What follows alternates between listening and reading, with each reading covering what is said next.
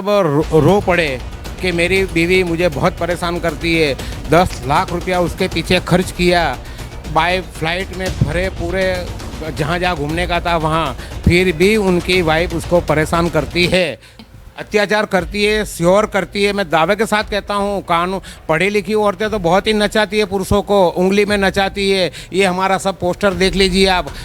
वास्तविक में कोई पति और पत्नी को ऐसा कार्टून करके तो नहीं बताएंगे, मगर कार्टून में बहुत कुछ वो समझ में आ जाता है। और महिलाएं ऐसा ही बोलती है कि मेरा पति दारू पी के मारपीट करता है। हमने सीपी के पास से ये अभी मांगा था कि दारू कहाँ भी बिकता है, तो उन्होंने लिख के दिया हुआ है कि दारू अहमदाबाद में नहीं बिकता है।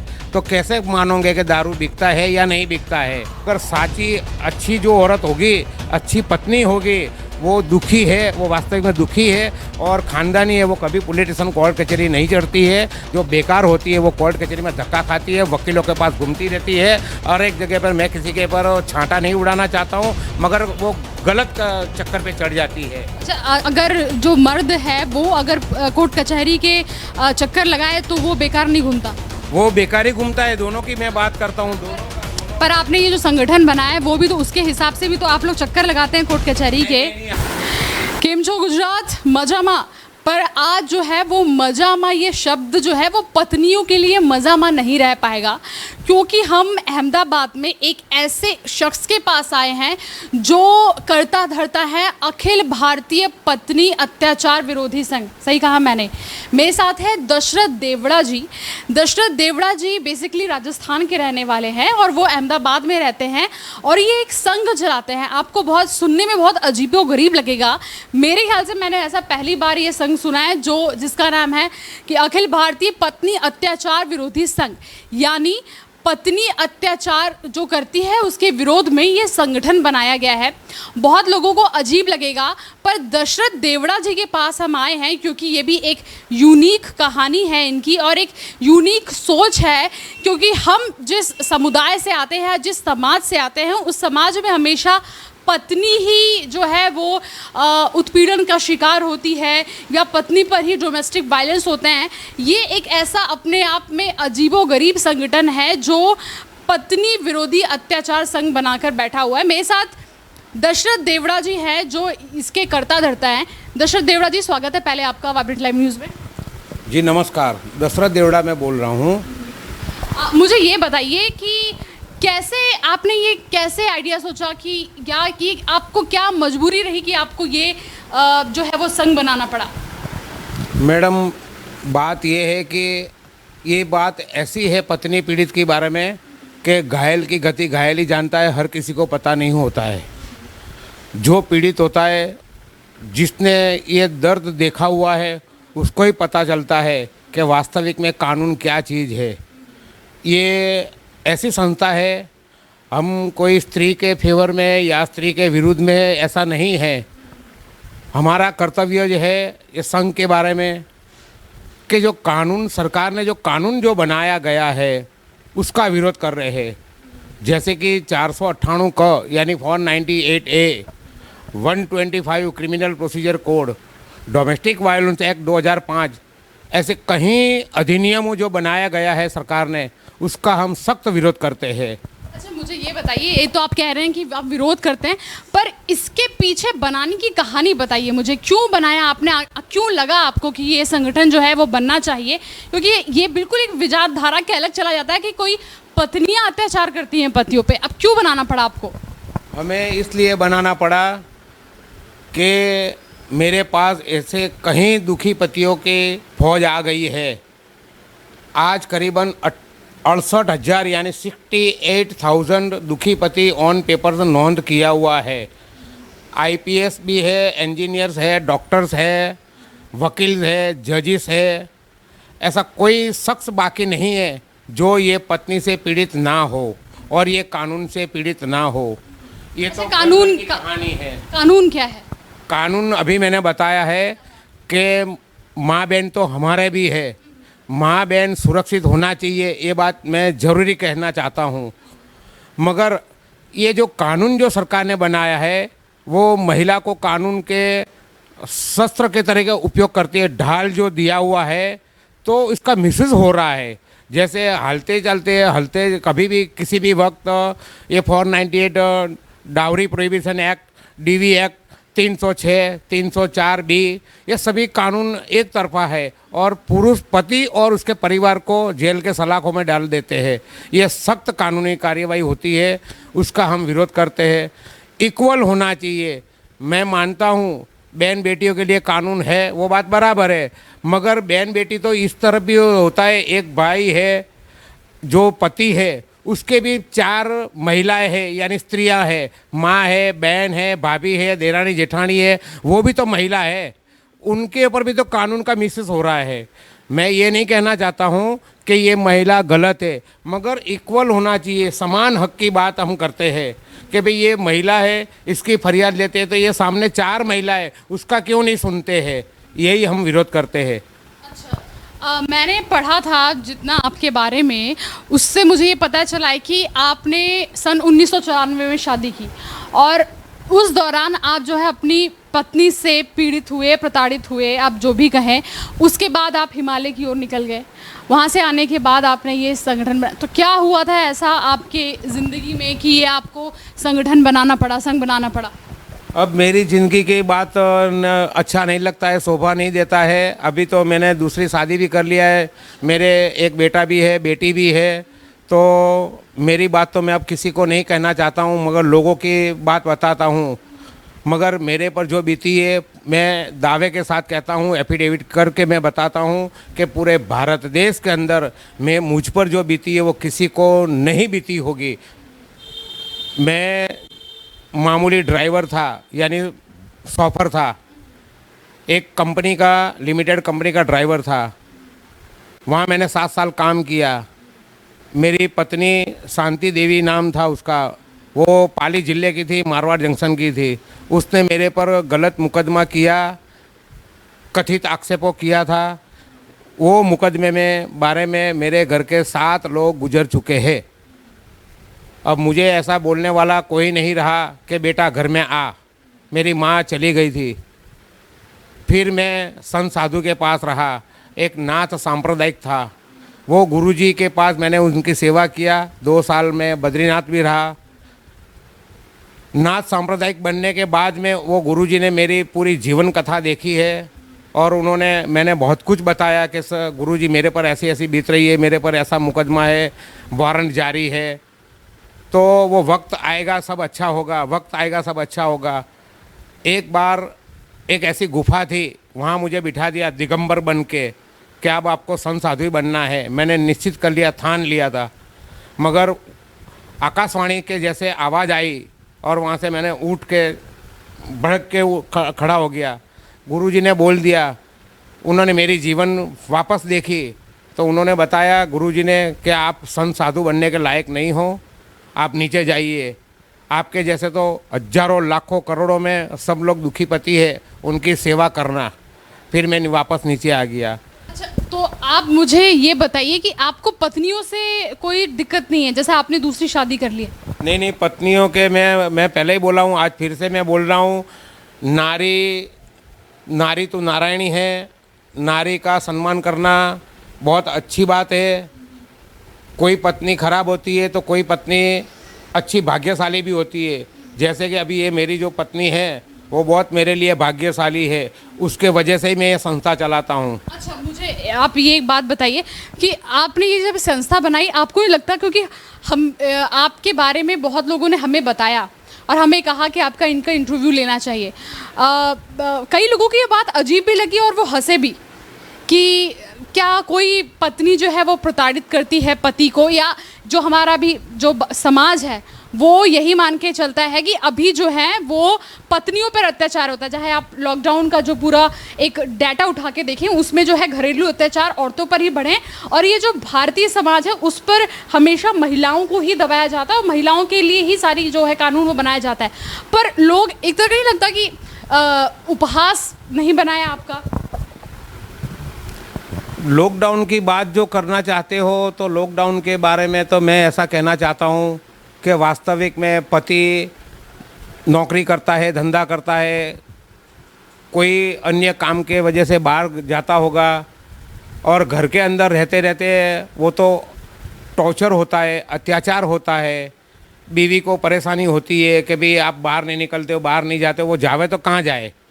मगर लॉकडाउन था तो ऐसे बहुत ही ऐसी समस्या हुई थी कि काफ़ी दुखी पति यहाँ सदस्य बने हुए। तो ये लॉकडाउन में जो है औरतों पर करीब 10,000, सिर्फ 3 महीने में 10,000 मारपीट के केस, किसी पे तेल फेंक दिया, किसी के जो है उसे गहरी चोटें आई, मारपीट का केस दर्ज हुआ। ये कोई ऐसा नहीं कि बोल दिया परेशान हो गया। मतलब मैं कहने की कोशिश कर रही हूँ कि औरतों पर ज़्यादा नहीं, आप नहीं सोचते कि ये सिर्फ गलत है, ये बात गलत है, ये हम्बक बातें हैं, खाली फर्जी है, एप्लीकेशन दे दिया होगा।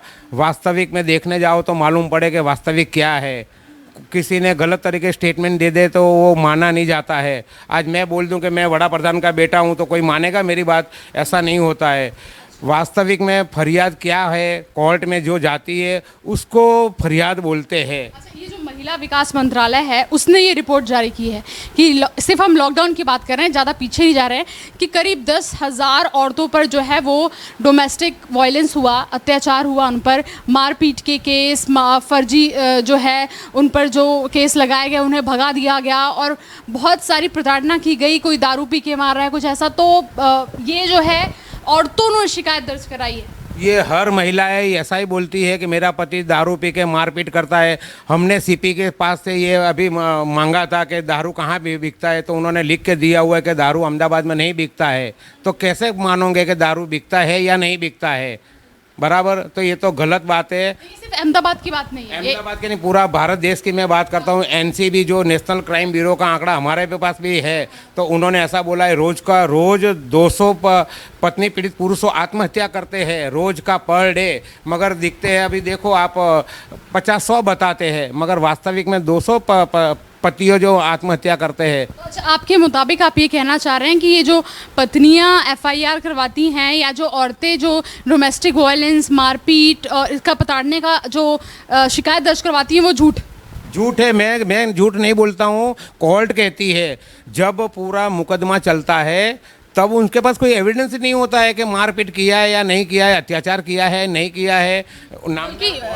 अच्छा, बल्कि जो है औरतें अत्याचार करती हैं, अत्याचार करती है, श्योर करती है। मैं दावे के साथ कहता हूँ, कानून पढ़ी लिखी औरतें तो बहुत ही नचाती है, पुरुषों को उंगली में नचाती है। ये हमारा सब पोस्टर देख लीजिए आप। वास्तविक में कोई पति और पत्नी को ऐसा कार्टून करके तो नहीं बताएंगे, मगर कार्टून में बहुत कुछ समझ में आ जाता है। ठीक है दशरथ देवड़ा जी, अब मुझे ये बताइए कि आपने जैसे कहा कि IPS पुलिस वाले जो हैं वो तक आपके ग्रुप में जुड़े हुए हैं। हाँ। तो IPS पुलिस वाले और मान लीजिए एक छोटा सा दुकानदार भी अगर आपके ग्रुप में जुड़ा है तो किस तरह के केसेस हैं? बड़े आदमियों के, मान लीजिए IPS, अब पुलिस वाले, कोई ऐसी कहानी आपके पास? देखिए, अभी एक एग्जीक्यूटिव मजिस्ट्रेट है, बराबर, मामलतदार कम एग्जीक्यूटिव मजिस्ट्रेट, वो आए, सदस्य बने और बहुत खूब मतलब रो पड़े कि मेरी बीवी मुझे बहुत परेशान करती है। 10 लाख रुपया उसके पीछे खर्च किया, बाय फ्लाइट में फरे पूरे, जहाँ जहाँ घूमने का था वहाँ, फिर भी उनकी वाइफ उसको परेशान करती है। किस बात को लेकर? इस बात को कि वो पूरी प्रॉपर्टी हड़प करना चाहती है कि ये प्रॉपर्टी मेरे नाम पे कर दो, मुझे यहाँ घूमने ले जाओ, मुझे यहाँ। वो बोलता है कि मैं सरकारी नौकरी करता हूँ, मैं सरकारी नौकर हूँ, मैं राज्य सेवक हूँ, मेरे से जो ज़्यादा होता है, उनकी जो बची हुई जितना भी रुपया था वो सब खर्च कर दिया, फिर भी वो अत्याचार करती है। आज की तारीख में वो काफ़ी दुखी है। मतलब वो जो है वो डिमांड बहुत ज़्यादा करती है। डिमांड ज़्यादा करती है, और वो भी तो पढ़ी लिखी है, वो वकील है, नोटरी भी है वो उनकी वाइफ, तो कानून से वो नचाती है। और वो सरकारी नौकरी करता है, बोलेंगे मैं एग्जीक्यूटिव मजिस्ट्रेट हूँ, वो छाप खराब पड़ती है। अभी गांधीनगर में केस चालू है, यहाँ भी अहमदाबाद में भी केस चालू है, 498 भी है, डोमेस्टिक का भी केस किया हुआ है। मैं उनका नाम समेत बता देता हूँ, और उनका भी इंटरव्यू लेना चाहते हो तो आप जा सकते हो, उनको पूछो। अच्छा, मुझे ये बताइए कि आपके नज़रों में या आपके संगठन की नज़रों में आदर्श पत्नी की व्याख्या क्या है? आदर्श पत्नी आप किसे कहते हैं? आदर्श पत्नी की डेफिनेशन तो अब कोई समझदार भी नहीं होगा। वास्तविक में क्या है कि जो शादी करते हैं उसको बोलते हैं इंग्लिश में, कोर्ट की भाषा में कस्टम बोलते हैं, रूढ़ी बोलते हैं, बराबर। अब रूढ़ी की डेफिनेशन क्या है? कोई महिला आज की तारीख में वो अनुपालन नहीं करती है। जैसे वो पति बैठता है खाना खाते तो पत्नी को हवा डालनी चाहिए पंखा के, उसके पास में बैठना चाहिए लेफ्ट साइड में, ऐसा तो कोई करता नहीं है। अब वो पति घर से सर्विस के नौकरी धंधे से कहीं आता है तो वो पत्नी टीवी देखती है, वो कौन सी चैनल आती है, हराम बराबर पानी का ग्लास भी नहीं देता है पति को। अच्छा, आप ये बताइए, अगर लड़का और लड़की मतलब पति और पत्नी दोनों आजकल तो काम करते हैं, तो अगर ऐसे में हो पति और पत्नी दोनों काम करें तो ऐसे में क्या आप चाहेंगे कि जो पत्नी आ रही है वो भी काम से आ रही है, पति आ रहा है वो भी काम से आ रही है, तो पत्नी पंखा लेके डुलाए और पत्नी पानी दे, तो पत्नी भी इक्वलिटी की बात करते हैं, पत्नी भी यही एक्सेप्ट करती है? ये पति पत्नी के बारे में सर्विस की बात हुई, नौकरी धंधा की बात हुई है, बराबर। उसके अंदर ऐसा नहीं होता है, वो अपवाद होता है, अर्थघटन उसका चेंज हो जाता है उसमें। मैं हर पति काम धंधा करने जाता है। मेजॉरिटी की बात कर रहे हैं। हाँ, वो घर पे बैठी उसकी मैं बात कर रहा हूँ, समझने जैसी बातें है। ठीक है, ये तो बात हुई आपकी, मतलब आपकी नज़रों में आदर्श पत्नी वो है जो आपकी जो धरोहर है, जो आपकी रीति चली आ रही है वो निभाए, है ना। खाना खा रहा है पति तो पंखा लेके बैठे और सेवा करे पति की, वो आदर्श पत्नी है आपकी। पत्नी की बात होती है जो रूढ़ी बोलते हैं, कस्टम बोलते हैं, रीति रिवाज। हर केस के अंदर फैमिली पारिवारिक न्यायालय के अंदर मुकदमा केस दाखिल करने जाते हैं तो शुरू में पहली लाइन ऐसा लिखा जाता है कि तेओ मारा पति थाय जे हमें रीति रिवाज कस्टम ना नीति नियम शास्त्रों हिंदू शास्त्रों विधि मुजब लग्न करे। तो लग्न की कंडीशन, टर्म्स एंड कंडीशन तो जानते नहीं है, कैसे वो रीति रिवाज का भार रखते हैं, वो बोलते हैं। ठीक है, तो ये हमें इन्होंने जो है दशरथ देवड़ा जी ने ये आदर्श पत्नी की व्याख्या बताई। मुझे ये बताइए कि ये जो महिलाओं पे अत्याचार होते हैं आपकी नज़रों में, आप नहीं मानते कि वो फेक हैं, आप मानते हैं वो फेक हैं जो केसेस हैं, पर इतने सारे एनजीओज, सरकार ने इतनी सारे ऑर्गेनाइजेशंस बनाए हैं, इतने सारे केसेस आते हैं महिला जो अत्याचारों के, दिन पर दिन जो है वो वर्ल्ड बेस पे जो है वो लिस्ट निकलती है कि इतना अत्याचार हुआ, डोमेस्टिक वायलेंस इतना बढ़ा है। तो इन ऑर्गेनाइजेशन के बारे में क्या कहेंगे? आपकी तरह और भी तो एनजीओज हैं जो पत्नी पर हो रहे अत्याचारों को लेकर जिन्होंने ऑर्गेनाइजेशन बनाया है। महिला पुलिस जो है वो गलत कानूनों का मिसयूज करवा देती है और घर को तोड़ देती है। कोर्ट कचहरी में जैसे इन्वेस्टिगेशन होता है, बराबर तपास करते, तो ये पुलिस फोर्स जो है वास्तविक में महिला पॉलिटिशियन में अर्ज करती है कि भाई मेरा पति और मेरा सास ससुर मुझे परेशान करते हैं। वो बात बराबर है, मान लिया, मगर साची अच्छी जो औरत होगी, अच्छी पत्नी होगी, वो दुखी है, वो वास्तविक में दुखी है और ख़ानदानी है, वो कभी पॉलिटिशियन कोर्ट कचहरी नहीं चढ़ती है। जो बेकार होती है वो कोर्ट कचहरी में धक्का खाती है, वकीलों के पास घूमती रहती है। और एक जगह पर मैं किसी के पर छांटा नहीं उड़ाना चाहता हूँ, मगर वो गलत का चक्कर पे चढ़ जाती है। अच्छा, अगर जो मर्द है वो अगर कोर्ट कचहरी के चक्कर लगाए तो वो बेकार नहीं घूमता? वो बेकारी घूमता है, दोनों की मैं बात करता हूँ, दोनों का। पर आपने ये जो संगठन बनाया है वो भी तो उसके हिसाब से भी तो आप लोग चक्कर लगाते हैं कोर्ट कचहरी के। नहीं, हम तो यहाँ उसको पति को परेशान करते हैं तो वो मुझे आके बताते हैं कि मेरे पत्नी ने भरण पोषण केस कर दिया, 498 को कर दिया, पुलिस से प्रताड़ित हो गया, तो हम उसको मार्गदर्शन देते हैं, हम उसको सलाह सूचन करते हैं। आपका मार्गदर्शन लेके वो कोर्ट ही तो जाता है? वो कोर्ट में तो जाएगा ना, कोर्ट का तो अनादर कोई नहीं करता। फिर वही हो गया ना, तो वो भी तो कोर्ट के चक्कर लगा रहा है। नहीं, दोनों जन कोर्ट कचहरी में लगाते हैं तो तिराड़ ज़्यादा होती है ना। हम तो कॉम्प्रोमाइज़ की बात करते हैं और हमने पति को ऐसा ही बोला होगा कि तू पत्नी को ले आ, तो पति को सुख शांति तो रहो। हिंदू मैरिज एक्ट सेक्शन 9 के मुताबिक वो लाने का ही केस हमने बताते हैं। आज तक 1 लाख केस हमने करवाया होगा पतियों को कि भाई तेरा घर मत तोड़, ये दोनों कबूतर छूटा नहीं पड़ना चाहिए, ये भेगा ही होना चाहिए। अच्छा, एक बात बताइए, ये भारत के संविधान ने अधिकार दिया है महिलाओं को कि आपके खिलाफ अगर कोई आप पे कोई अत्याचार हो रहा है या आप कोई प्रताड़ना कर रहा है, ये आपके मुताबिक जो है वो औरतों पे अत्याचार नहीं हो रहा है, पर वाकई में ऐसा है कि अत्याचार हो रहा है क्योंकि हम दुनिया घूमते हैं। दूसरी बात ये कि अगर ये जो महिलाएं ये कोर्ट कचहरी के चक्कर लगाती हैं या महिलाएं बहुत बड़े उस ओहदे पे पहुंच जाती हैं, अगर वो कोर्ट कचहरी के चक्कर लगाती हैं तो संविधान ने उन्हें अधिकार क्यों दिया कि आप अपनी बात आके कहें, अपने लिए केस लड़ें, वहाँ पे वकालत करें? वो क्यों दिया? तो संविधान भी नहीं देना चाहिए? संविधान भी गलत है आपके हिसाब से? संविधान बिल्कुल सही है, संविधान की जगह पर है। संविधान बहुत पुराना है, 50 साल पहले की बात है। अभी पढ़े लिखे हैं, बहुत कुछ चेंज हो गया है बराबर सब कुछ चेंज होना चाहिए, तो संविधान में भी चेंजेस तो होना चाहिए ना। संविधान ने तो लिख दिया है कि भाई फंडामेंटल राइट, मूलभूत अधिकार ये होना चाहिए। अभी अधिकार कहाँ मिलता है? जैसे कि संविधान में तो पति पत्नी इक्वल होना चाहिए, तो इक्वल कहाँ है? जैसे कि 498 है, बना दिया स्पेशल। इंदिरा गांधी मरती गई और मारती गई है। जब इंदिरा गांधी जो वो महिला थी, उसके ऊपर सारे के सारा महिलाओं के लिए सब कानून बना दिया 1983-84 के। तो आज तक पुरुषों परेशान हो रहा है कानून के वजह से। मैं बात कर रहा हूँ, मैं महिला पुरुष की बात नहीं करता हूँ, मैं तो कानून की बोल रहा हूँ। कानून गलत है, कानून का मैं दोष निकालता हूँ। ये कानून ये डीवी एक्ट डोमेस्टिक वायलेंस 2005 में आया है। दोनों पक्ष मिलकर, सारे के सारे राज्य पक्ष मिलकर वो कानून बना देते हैं। आज पुरुष वर्ग के बारे में कोई बोलता है, महिला को विरुद्ध में कोई बोलता है, तो दूसरे दिन स्टेटमेंट चेंज कर देता है। वहाँ महिला की बहुत सारी महिलाएं बैठी है, राज्यसभा में, लोकसभा में, हर जगह पे। तो किसी को बोलने का हक मिलता ही नहीं है, चांस ही नहीं मिलता है। ठीक है। तो ये जो है दशरथ देवड़ा जी अपनी बातें रख रहे हैं। आप ज़रा मेरे पीछे दिखाइए, यहाँ पर ये जो है मेरे ख्याल से ये आपने बहुत आंदोलन किया है। ये जो आपके पीछे तस्वीर है, हाँ, ये मैंने ये भी केरोसिन डाला हुआ है। अच्छा, क्यों? हाँ, पारिवारिक न्यायालय में एक तरफा जजिस काम करता है, एक तरफ दिखाता है, पुरुष को देखता ही नहीं है, महिला को देखता है। जैसे कि पत्नी 125 भरण पोषण लेने के लिए अर्जी करती है, तो उसको एलिमनी बोलते हैं, इंटरिम बोलते हैं, उसको तुरंत ऑर्डर करता है। जब पति वो 9 का केस किया हुआ है कि मुझे मेरी पत्नी का मुझे हक दो, तो उसमें वो राइट्स क्यों नहीं?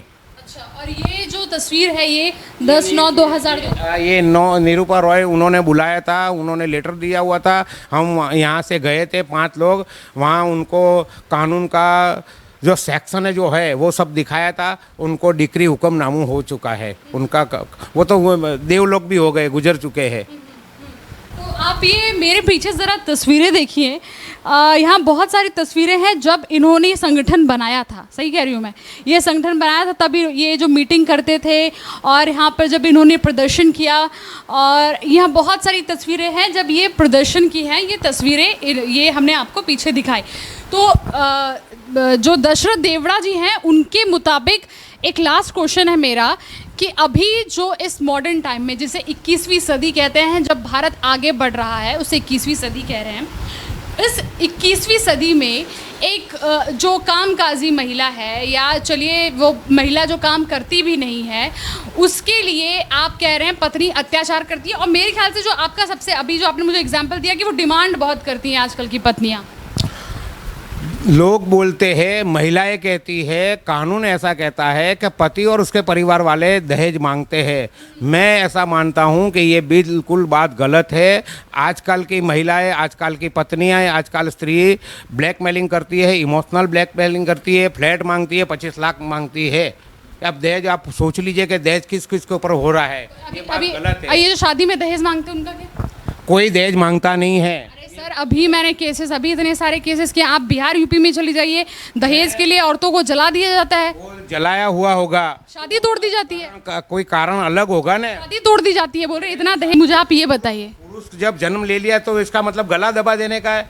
अरे पुरुष अभी महिलाएं जो गला दबाती है कानून के वजह से, बोलने का कोई अधिकार नहीं है। कानून जो बना है उसका मिसयूज हो रहा है। अभी ये जो भारत है वो पुरुष प्रधान देश है अभी भी। ये तो बात गलत है, तो वहाँ बिल्कुल गलत है। औरतों का अधिकार ज्यादा हो गया है। अबे औरतों को तो दिया हुआ है ना, हर साल में, 2 साल में, 5 साल में कानून बना। अभी देखो ये 18 में मोदी साहब ने बोल दिया 377 बराबर वो निकाल दिया। ये गलती है ना। तो क्या है, होमोसेक्सुअल है, लेस्बियन, ये अच्छा है, वो विस्तार होगा? तो ये भी तो समाज का गलत है ना। वो 497 निकाल दिया। तो ये पत्नी बाहर कहीं भी जावे तो देखते रहने का, ये गलती है ना। 2018 की मैं बात कर रहा हूँ, अभी के लेटेस्ट में। अच्छा, तो आपके मुताबिक जो है वो डिमांड आजकल जो है पत्नियों की बढ़ गई है? पत्नी आगे है अब तो। अच्छा, हम तो उसके पीछे पीछे हाथ जोड़ते हैं बराबर। महिला नारीवाद, नारीवाद, हम तो सैल्यूट मारते 2 हाथ से। तो हमारे साथ थे ये दशरथ देवड़ा जी, जो चलाते हैं अखिल भारतीय पत्नी अत्याचार विरोधी संघ, और इन्होंने इसकी स्थापना की, क्योंकि ये खुद प्रताड़ित थे, अपनी पत्नी से पीड़ित थे। इसके बाद इन्होंने अभी तो मैं सुखी हूँ, ये आप ये बोलना जरूरी है। बिल्कुल इन्होंने फिर दूसरी शादी की, और जब अभी जो इनकी वर्तमान में पत्नी है वो बिल्कुल आदर्श पत्नी है। आदर्श है, बिल्कुल उसके वजह से ही मैं ये संस्था चला रहा हूँ। वही मुझे साथ सब कर देती है, हर जगह कहीं भी जाते हैं तो उनका सपोर्ट से, उनको पता है उन्होंने जो मुझे साथ सहकार दिया वो मैंने आज उनको साथ सहकार दिया हुआ, हम दोनों मिलकर ही संस्था चलाते हैं। तो ये पूरा उनकी जो इनकी पत्नी जो है आदर्श वादी पत्नी है, पूरे जो रीति रिवाज निभाती हैं। और अभी जो इन्होंने ये संगठन बनाया है, ये पतियों पर जो अत्याचार होता है पत्नी द्वारा, मतलब जो पत्नियां अत्याचार करती हैं पति पर, उसके खिलाफ ये आवाज़ उठाते हैं। पतियों को ये ज्वाइन करवाते हैं संगठन। कितने जोड़े नहीं करवाता हूँ, वो खुद ही आते हैं। अच्छा, यहाँ पे लोग खुद ही कांटेक्ट करते हैं, और इनके संगठन में करीब आईपीएस से, वकील से लेकर, मजदूर से लेकर हर जो पति है आपको वो मिलेगा, और तमाम तरह की शिकायतें होती हैं। जो सबसे बड़ी बात इन्होंने हमें बताई है वो कि पत्नियां जो हैं वो ज़्यादा डिमांड करती हैं। अगर डाउरी के खिलाफ जो केसेस हैं वो उसमें से आधे से ज़्यादा फेक है। किसी को ज़िंदा जलाया जा रहा है, किसी को मारा पीटा जा रहा है। लॉकडाउन में अगर हिंसा की खबरें बढ़ी हैं महिलाओं के खिलाफ, तो उसमें से आधे से ज़्यादा केसेस फेक हैं। और अभी जो इनके अकॉर्डिंग पुरुष प्रधान देश नहीं रह गया, ये औरतों का देश हो गया, और औरतें जो है वो मिसयूज़ कर रही हैं कानून का, और ये कानून को चेंज करवाना चाहते हैं। तो बहुत बहुत धन्यवाद आपका दशरथ देवड़ा जी। और आप देख रहे थे वाइब्रेंट लाइव न्यूज़। कैमरे के पीछे हैं अमन परमार, जो आप तक ये विजुअल पहुंचा रहे हैं।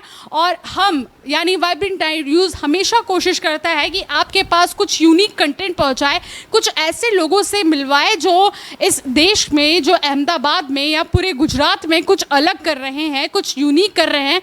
तो हमने आज ऐसे ही शख्स से आपको मिलवाया, और कोशिश करेंगे कि आगे भी हम ऐसी हस्तियों से मिलवाएं जो कुछ अलग कर रहे हैं। देश उनको जाने, दुनिया उनको जाने कि उनमें क्या ऐसी खास बात है, उनको मंच मिलना चाहिए। आप भी हमें कांटेक्ट कर सकते हैं। कैमरामैन अमन परमार के साथ रेखा पाल, वाइब्रेंट लाइव न्यूज़।